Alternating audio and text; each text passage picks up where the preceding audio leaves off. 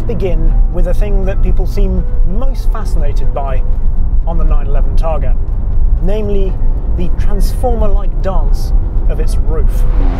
Now, unlike convertibles these days, this isn't actually something that you can do up to 30 miles an hour on the move. You have to stop. So if you're going to stop, I think you might as well stop, get out, and watch it. Admire the performance. From the moment you press the key, you'll have 19 seconds of pure delight watching the carefully choreographed dance of the Targa's metal and glass. And it all slots and folds together to form what some would argue is the best looking 911 in the range.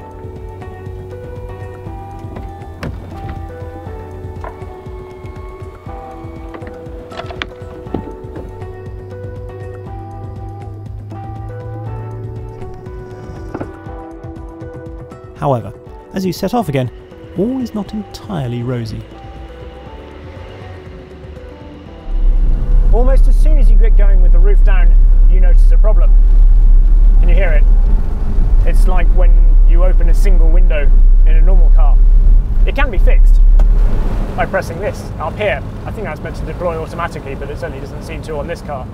It was a real problem on the previous generation Targa as well, and what it is something called the Helmholtz Resonance, discovered by Hermann Ludwig Ferdinand von Helmholtz, a 19th century German physicist. It's the same principle as when you blow across the top of a bottle. The car being the bottle, slipstream going at the top being effectively me blowing across the top of it. And it sets up vortices which pulse and create that nasty noise. So this deflects the air. It effectively makes the car less aerodynamic, also not as good looking, which is a shame. It doesn't cure the problem entirely. There's still a bit of it around here, and you do get more wind noise from the header rail. So yes, a definite negative about the Targa. But unsurprisingly, there are quite a lot of positives too, starting with the sheer pace of the thing. Don't go thinking that the Targa is just a boulevard cruiser. This is a seriously quick 911. With the Sport Chrono that we've got on this, 0 to 62 miles an hour is dispatched in just 3.6 seconds.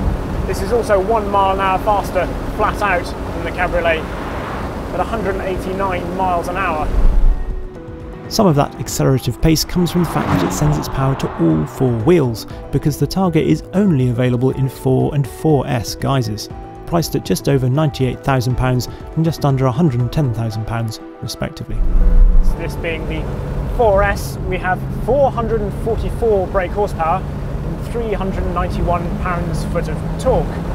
Now, this is the heaviest 992, so it weighs, well, they claim a din weight of 1,675 kilos, which is 40 kilos more than the Cabriolet and 110 kilos more than a full hardtop C4S.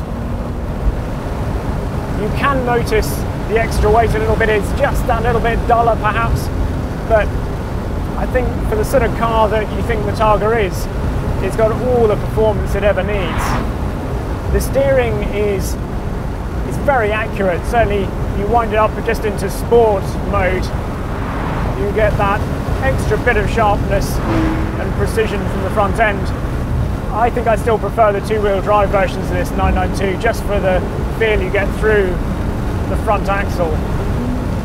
The gearbox, this PDK box is just superb. It's so responsive. Through the corners, it's that sensation almost of hooking your elbow around the lamppost and swinging around, the amount of grip it's got. The sound of this 3-litre turbocharged engine, I swear it's been slightly different in every 992 I've driven. Here we've got the sports exhaust and it sounds good. It's just a little, it's softer than say something like the lovely naturally aspirated one in the GTS 4-litre or the GT4. It's quite melodious in fact, but it's not spine tingling somehow. There's just a softness to it.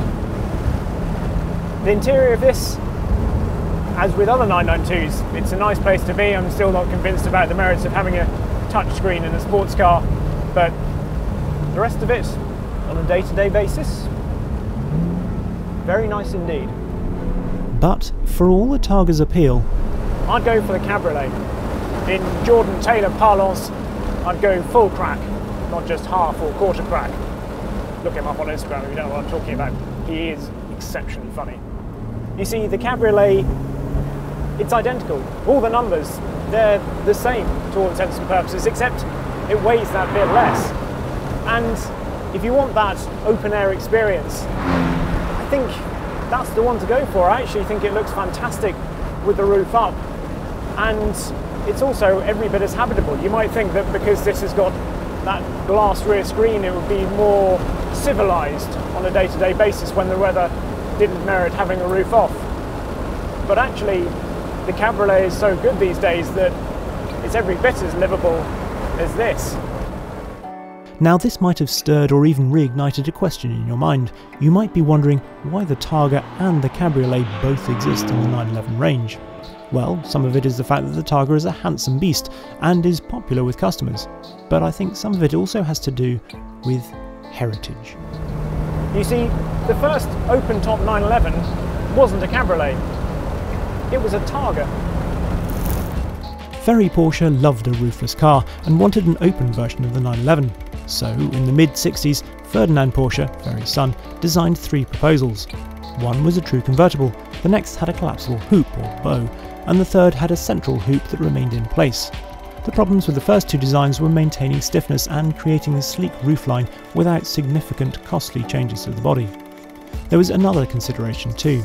There was a big safety drive in the USA at the time, and a consequent fear that the government would legislate against cabriolets entirely. The rigid arch of Ferdinand's third design would act as a safety-pleasing rollover hoop.